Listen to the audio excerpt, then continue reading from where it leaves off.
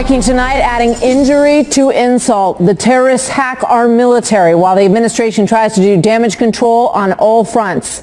Welcome to the Kelly File, everybody. I'm Martha McCallum, in for Megyn Kelly tonight. Two big stories this evening. First, a chilling display of propaganda and threats directed at our military as terrorist sympathizers hack the social media accounts of U.S. Central Command, using our own computer system to tell American soldiers to watch their backs while appearing to display sensitive information about them and their families. It comes amid an outpouring of outrage at the White House today for the botching of a powerful moment in the global war on terror.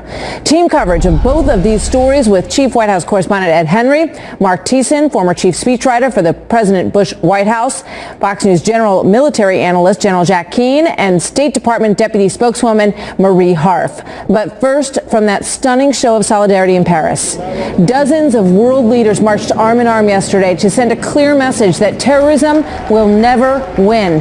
It was remarkable, not only in size, but in the fact that some of these people rarely agree on anything, yet they managed to put aside everything for a few short hours in the city of Paris to walk the streets and remember the victims of France's brutal terror attacks.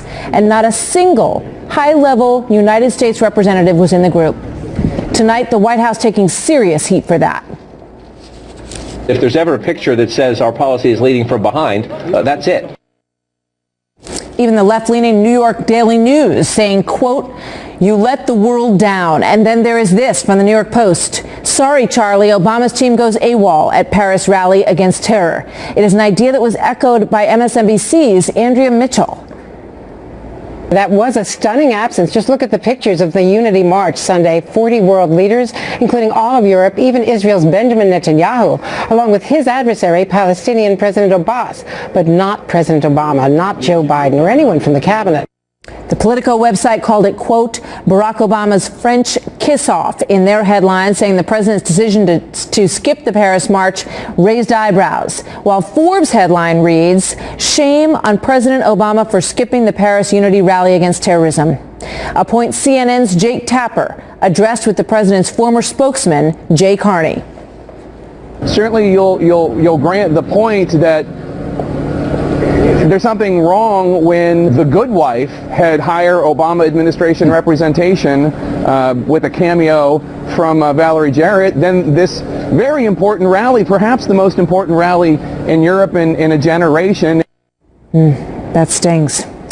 While Aaron David Miller, the former State Department official under both Republican and Democratic administrations, tweeted this: "Not an excuse in universe can explain why U.S. failed to send to Paris a more visible representative than Attorney General Eric Holder," noting MIAs including the President and Mrs. Obama, Secretary of State John Kerry, Vice President Joe Biden. None of these people were available for this.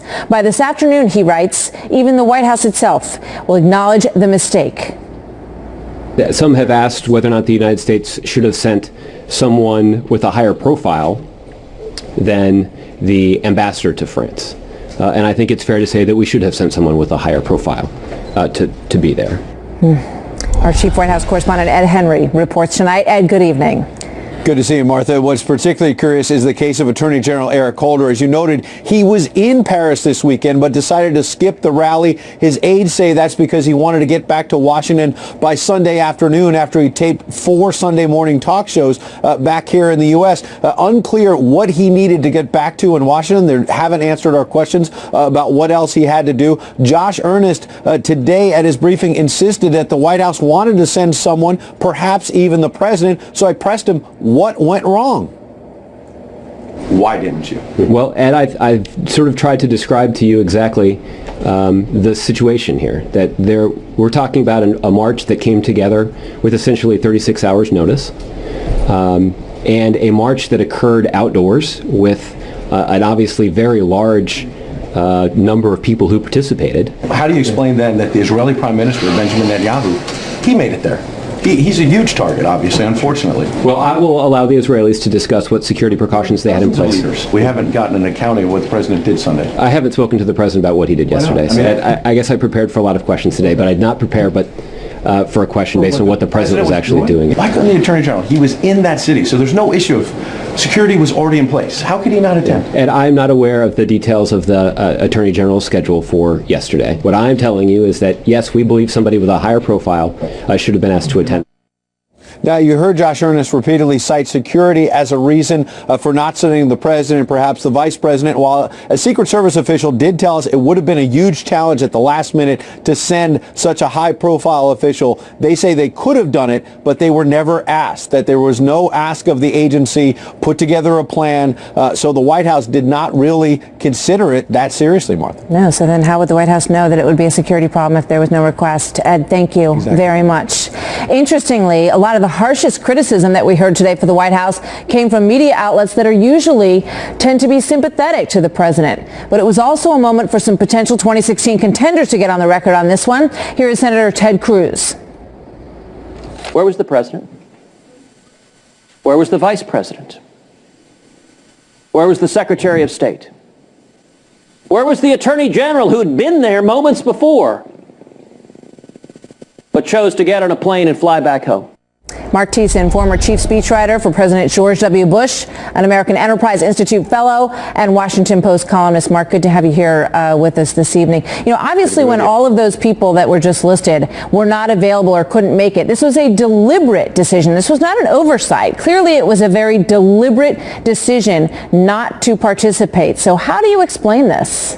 Well, this is the same president who went to a fundraiser the day after an American ambassador was killed in Benghazi. This is the same president who went golfing after an American was beheaded by ISIS. So he doesn't adjust his schedule for American victims of terrorism. Why would he change his schedule for the French?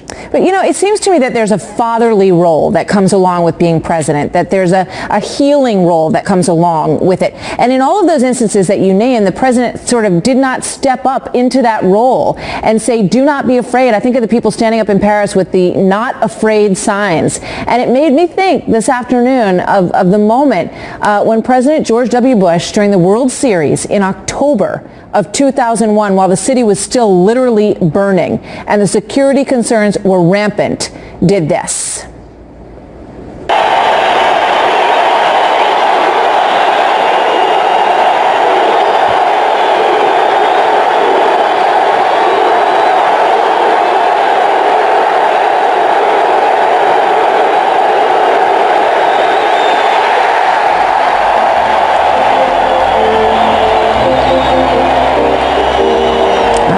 Then people were afraid to get on the subways. They were afraid to cross the bridges. And that must have given the Secret Service folks some gray hairs. But President Bush was not going to be stopped from that, was he?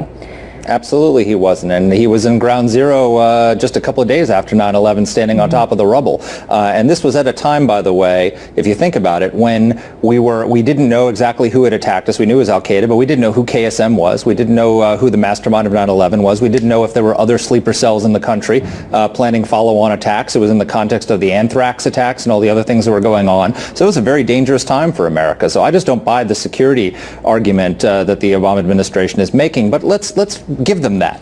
You know, Eric Holder doesn't go. He's in Paris. Where's John Kerry? I mean, you had 40 world leaders. You know, if you talk about symbolism, a million people marching behind 40 world leaders walking arm in arm saying we are going to combat Islamic radicalism together, and the U.S. is completely absent from that picture. How can we be absent from that statement of global unity against the people, the same people who attacked us on September 11, 2001?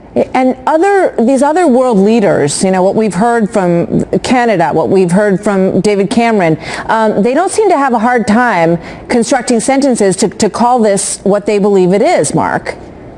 No, exactly. And apparently the French don't. I mean, when the socialist prime minister of France is tougher on Islamic radicalism than the American administration, you know we have a problem. I mean, this administration won't call it Islamic radicalism. You know, they're having, in a few weeks, they're having a summit on combating violent extremism. We're not at war with violent extremism. I mean, you know what violent extremists are? They're eco-terrorists, they're animal liberation terrorists, they're white supremacists. You've got Colombian extremists, you've got Peruvian extremists. We're not at war with those people. We're at war with Islamic radicalism, and you cannot defeat an enemy if you won't even name it. Mark, thank you very much. We'll see you next time. Thanks, Martha.